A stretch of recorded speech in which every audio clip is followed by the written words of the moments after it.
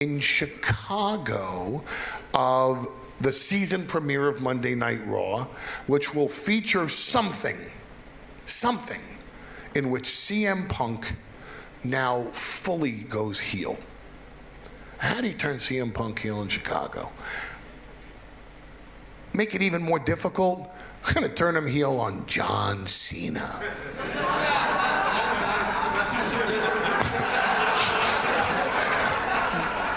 Because Night of Champions is in Boston, which is John Cena's hometown, where they are sure to boo John Cena and CM Punk.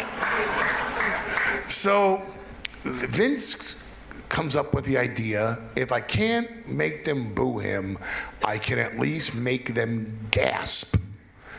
We're gonna go for gasping. Oh, oxygen deprivation is one way. I don't know. How are you gonna make them gasp? So I get a phone call, and it's from Vince, and we didn't have much interaction going into SummerSlam. You know, we were still kind of sore from that thing that I don't want to talk about on the plane. And, you know, hey, pal, I want to talk to you about how do you envision, well, what are you going to be doing? You know, well, you're off until February. I don't know if it might be March sometimes. What are you doing next Monday? Watching the show from Chicago on television. And he says, well, that's interesting. I'd like you to have an up-close seat.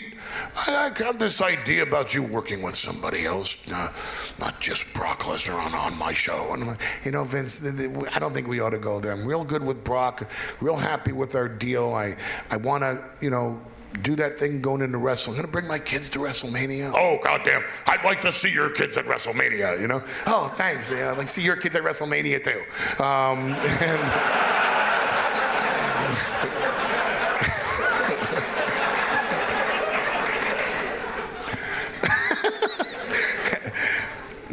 But I don't want to work with anybody else. Well, I was kind of thinking of putting you with. Vince, I don't care. You want to put me with? No, I think you should. Don't put me with anybody. I'm happy with Brock Lesnar. I mean, why?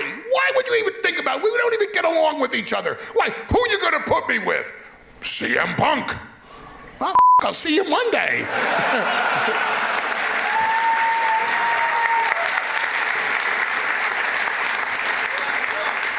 Now, you have to understand the uproar that Punk and I had caused behind the scenes that led to that incident on the plane that I don't want to talk about, where I took 5.5 years gone, exiled, written out of history from the company. You have to understand the fact that Punk and I, in those 5.5 years, we talked all the time. I mean, just because I wasn't there doesn't mean I stopped being his rabbi and his friend.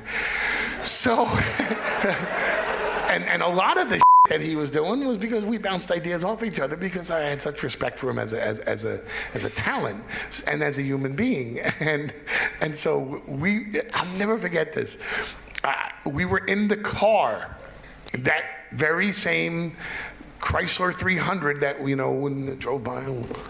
Oh my God, it's Heyman! I'm looking at the channel. It's Heyman and Punk, you know. And I looked out and I looked at John Cena, and we drive off. That's the cliffhanger. Who was driving the car with CM Punk all night long, and ends up being me. Holy Punk and Heyman are together, and I will never forget. We're in commercial. No, not a commercial break. The camera's on the ring, and Cena's laid out, and Punk runs to the back and hops in the car, and the camera cuts back to the ring. And we know we have around 20 seconds before we get the signal, cameras back on us, start driving the car. Because when we drive the car, I have to look out and reveal just hit the fan.